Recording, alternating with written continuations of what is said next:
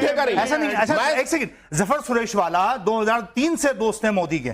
मैं जो बात मैं कहना चाह रहा हूं, जो मेरा दर्द है, जफर सुरेशवाला 2003 से मोदी के दोस्त हैं, तो मोदी ने कभी ये क्यों नहीं कहा कि पॉलिटिक्स के अंदर जफर तुम हमारा साथ दो, आओ मैं तुम्हें इलेक्शन लड़वाता हूं फले जगह से। आप भारत की पॉलिटिक्स में मुसलमान को भागीदार बनाना नहीं चाहते। उनको क्यों शिकायत नहीं है इस बात की? उनको नहीं है। आपको शिकायत है कि आपको इलेक्शन लड़ने के लिए नहीं कहा गया? आपको शिकायत है कि आपको राज्यसभा में भेज के आपको मंत्री नहीं? एक सेकंड मैं पूछ लेता हूं, आपको शिकायत है इस बात? सुनिए, अब मैं भारतीय जनता पार्टी या नरेंद्र मोदी मुसलमानों को नुमाइंदगी का संसद में कितना मौका देते हैं? सुनिए, मैं आपको एक बात बता दूं। पहली बात तो मेरा सियासत से मेरे खानदान का दूर दूर तक कोई ताल्लुक नहीं था। हम लोग बिजनेसमैन हैं, 150 साल से कारोबार में। सुनिए, कारोबार आपका पॉइंट क्लियर हो गया। नहीं, यूं नहीं। अरे भाई, बिजनेसमैन जितने भी हैं वो चाहे किसी भी धर्म के हो, किसी भी जाति के हो, जब वो मोदी के पास पहुंचेंगे तो वो इसी तरह की लैंग्वेज बोलेंगे जिस तरह की लैंग्वेज आप बोलना है। नहीं, जो मुझे कह रहे हो, यस यू आर बिजनेसमैन। अरे सियासत बिजनेसमैन है तो मुझे सियासत में जाने का। एक मिनट, मैंने पहले ही दिन बोल दिया था मोदी साहब को कि मुझे आपकी सियासत से कोई लेना देना नहीं है, बिल्कुल नहीं है। मैं क्यों जाऊं भाई राज्यसभा में? मैं भी आपका समर्थन कर रहा हूं, लेकिन मुझे आप क्यों डालते हो? मेरा तो है ही नहीं। अब सुनिए, क्या भारत की राजनीति में मुसलमानों का सियासत में एक्टिवली सियासत में पार्टिसिपेशन होना चाहिए या नहीं? उधर घूम रहे हैं। मैं आपसे पूछ रहा हूं, नहीं, एक मिनट, मैं आपसे पूछ रहा हूं ना, एक बात का जवाब सुनो। मैं आपसे पूछ रहा हूं, आपने मुझ पर जो इल्जाम लगाया ना, अब मैं उसका जवाब देता हूं। इल्जाम नहीं लगाया आपने, नहीं, मैंने आपसे सिंपैथी जाहिर की। बिजनेसमैन हो, अरे भाई कारोबारी हैं हम। मैं बिजनेस, उसके लिए मेरा क्या लेना देना पॉलिसी? मैं मसूद साहब से एक बात पूछना चाहता हूं। मसूद साहब, ये जो आप कपड़े खरीद के लाए हैं, ये कहीं गए होंगे, आपने उससे कहा होगा ये पैसे लो, ये कपड़े दे दो। एग्जैक्टली। तो वो आदमी क्या आपकी निगाहों में विलेन है, आपकी निगाहों में गलत आदमी है? बात आप नहीं, आप नहीं, मैं आपसे मैं प्रैक्टिकली जानना चाहता हूं। मैं आपसे जानना चाहता हूं, आप कहीं जाए, आपने कोई चीज खरीदी, आपकी निगाह में वो गलत है? आपकी निगाह में बिजनेसमैन गलत आदमी है क्या? आपकी निगाह में इकोनॉमी में कंट्रीब्यूट करने वाला आदमी गलत होता है क्या? तिजारत करने, आप लोग बताइए, तिजारत करने वाला, व्यवसाय करने वाला कोई आदमी अपना कारोबार कर रहा है, क्या वो गलत आदमी उससे संबंध नहीं रखना चाहिए क्या? तो फिर आप ये क्या कह रहे हैं सर? मैं आपसे, देखिए दिनेश जी, यार भाई कारोबार करना हराम है कह रहा है कि प्रधानमंत्री के लिए क्या मोदी बार-बार जीतता रहा है, इसलिए क्योंकि केवल उनको मुसलमानों की बोलते रहिए, कम्युनिटी बोलते रहिए, क्या बात कर रहे हैं? अरे भाई एक मिनट, कारोबार करना हराम है? अरे भाई, हराम कर रहे हैं जो कारोबार ना करने वाले वो हराम काम कर रहे हैं। अरे भाई, जो हराम नहीं कर रहे हैं वो हराम काम कर रहे हैं। कारोबार की तो इस्लाम इजाजत दे रहा है, पूरा हुक्म दे रहा है। मोदी से मिलकर मुसलमानों का मसला को दूसरी बात कीजिए सर, एक मिनट, मैं जो आपसे बात तो सुनिए। एक मिनट, मुसलमानों का मसला है, गुजरात में 55 लाख मुसलमान है, तो मैं नरेंद्र मोदी से नहीं मिलता तो क्या मैं हसीना वाजिद से मिलता या मोहम्मद बिन सलमान से मिलता? आप मुझे बताइए, को इंसाफ दिलवाया? आपने ज़किया जाफरी को इंसाफ दिलवाया? आप ज़किया जाफरी, आप एहसान जाफरी को जला के मार दिया गया। आप ज़किया जाफरी नंबर पार्लियामेंट था, ज़किया जाफरी जला के मार दिया गया। अरे मेरी तो मेरा तो घर गया गया था। आप कह रहे हैं मैंने बहुत कुछ किया गुजरात के लिए और गुजरात के मुसलमानों के लिए। आपने कुछ किया तो अपने कारोबार के लिए किया होगा, अपनी इंडस्ट्री को बचाने के लिए। सबसे पहले आपको मालूम है कितने लोग मारे गए? उसको बचाने के लिए किया। आपको हमारे लिए हमदर्दी नहीं है। आप सिर्फ ज़किया जाफरी का अपनी दुकान चलाते हो। आप जैसे अरे तो मसूद भाई, आप कर लेते, मुसीबत पे आप जाके कर देते लोगों का भला और कल्याण। अपनी दुकान चला। मैं रेणु मित्तल जी के पास जाना हूं। रेणु मित्तल जी, ये यूसुफ भाई, एक मिनट मुझे बोलना है। आप जैसे लोगों ने मुसलमानों की मुसीबत पे अपनी दुकानें चलाई है, ज़किया जाफरी जैसे लोगों ने दुकानें चलाई है। बिल्कुल, आप अपनी दुकानें मुसलमानों की मुसीबत पे चलाते हो। फख्र है, बिल्कुल, कोई बात नहीं, ये दुकान चलाते हो। लोग तो यही बोलेंगे ना, के लिए आए एक बार, जो कोई भी इंसाफ के बारे में आप यही बोलेंगे और हमें इस बात में कोई आपने अपनी बात कही। जुबानी जमा खर्च, आप एक दिन आए अहमदाबाद,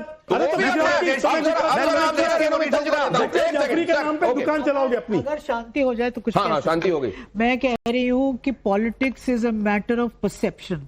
एक परसेप्शन बना हुआ है 2014 से कि नरेंद्र मोदी जी ने हिंदू मुस्लिम करके अपना राज बढ़ाया, उसके अलावा कोई फोकस नहीं, इकोनॉमी पे कोई डिस्कशन नहीं, अनएम्प्लॉयमेंट में नहीं, किसी इशू पे नहीं। हिंदू मुस्लिम करते रहो, वोट लेते रहो, और मुसलमानों के अंदर जो डर बैठाया, आपने क्या किया उस डर को निकालने के लिए? जितने भी मुसलमान बीजेपी में हैं वो आज शो बॉयज की तरह नजर आते हैं कि ये मोदी जी की चमचागिरी करते हैं। मोदी जी उनको कुछ थोड़ा बहुत दे देते हैं, कोई स्पोक्समैन बना दिया।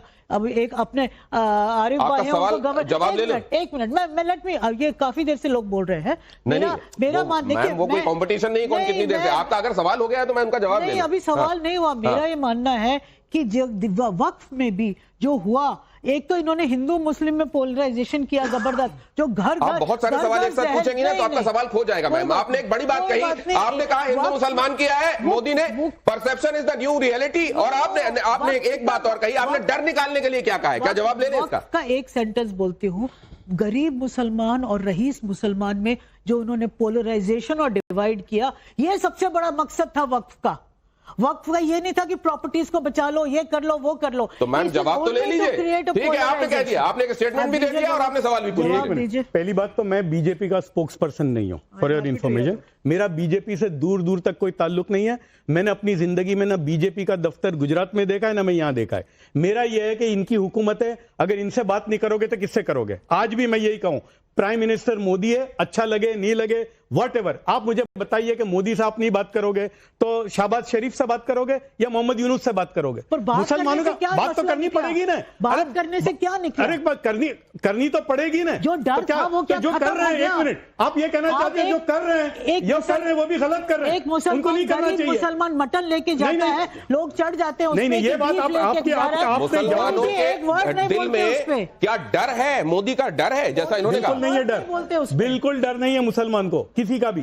और एक मिनट, मैं ये सवाल पूछता हूं कि क्या जो लोग अगर उनके तक जाकर अपनी बात को पहुंचाते हैं कौम की, तो वो भी गुनाह करते हैं? वो भी बंद कर देना चाहिए? नहीं, मैं आपको ये पूछ रहा हूं, रिजल्ट क्या है? हमको वो भी बंद कर देना चाहिए? बिल्कुल नहीं बंद करना चाहिए। तो ठीक है, तो उन्होंने एक बात बहुत स्पष्ट कर दी कि मैं प्रवक्ता नहीं हूं भारतीय जनता पार्टी का, लेकिन आप उस समय के हुक्मरान से बात नहीं करेंगे तो क्या करेंगे? शुभ्रस्ता, अभी आपने तमाम तरह की चीजें सुन ली, और इसमें जिस पॉइंट को लेकर मैं आपके पास आ रहा हूं कि परसेप्शन से बड़ी रियलिटी कोई नहीं होता। हो सकता है मोदी के तौर पर मुसलमानों का सच्चा हितैषी ही बैठा हुआ है कुर्सी पर, लेकिन मुसलमानों में से ज्यादातर के अंदर यह धारणा नहीं है। उनके अंदर धारणा यह है कि यह आदमी तो हमारा भला नहीं करेगा। क्या यह कहना चाह रहे हैं रेणु मित्तल?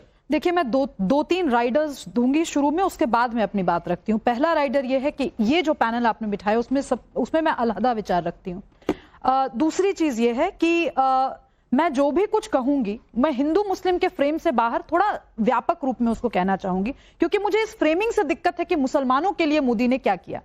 अगर एक सेक्युलर संविधान की हम बात करते हैं और हम सेक्युलरिज्म को लागू करने के लिए सड़कों पर शाहीन बाग जैसा मूवमेंट चलाते हैं, तो ये प्रश्न पूछना, क्योंकि मैं जानती हूं कि इसके प्रश्न पूछने का कॉन्टेक्स्ट क्या है दिनेश जी, ये प्रश्न पूछना भी उस पूरे डिबेट को हवा देना है जिसकी एक झांकी हमने देखी। देखिए, डिबेट को या नैरेटिव को? नैरेटिव को जी, मतलब डिबेट का मतलब उसको लार्जर पर्सपेक्टिव में कह रही हूं। देखिए, मेरा जो काम प्रोफेशनली रहा है वो स्ट्रेटेजिक और पॉलिटिकल कम्युनिकेशन का रहा है। तो मैं, जब लोग बात करते हैं परसेप्शन की, कि perception is everything, it is not everything. Perception उनके लिए एवरीथिंग होता है जो इस गेम में है, जिनके लिए परसेप्शन एक बिजनेस है। अब ये किसके लिए, मैं इसको क्वालिफाई नहीं करूंगी। इसलिए नहीं करूंगी क्योंकि जब देश एक संवैधानिक तरीके से, लोकतांत्रिक तरीके से अपना एक नेता चुन लेता है, तो उस प्रक्रिया में बहुत सारी चीजें निहित होती हैं, जिसमें बहुत सारे सवाल उठे। जैसे मुसलमानों को रिप्रेजेंटेशन क्यों नहीं मिलना चाहिए, ये बात मसूद साहब ने उठाई। मेरा कहना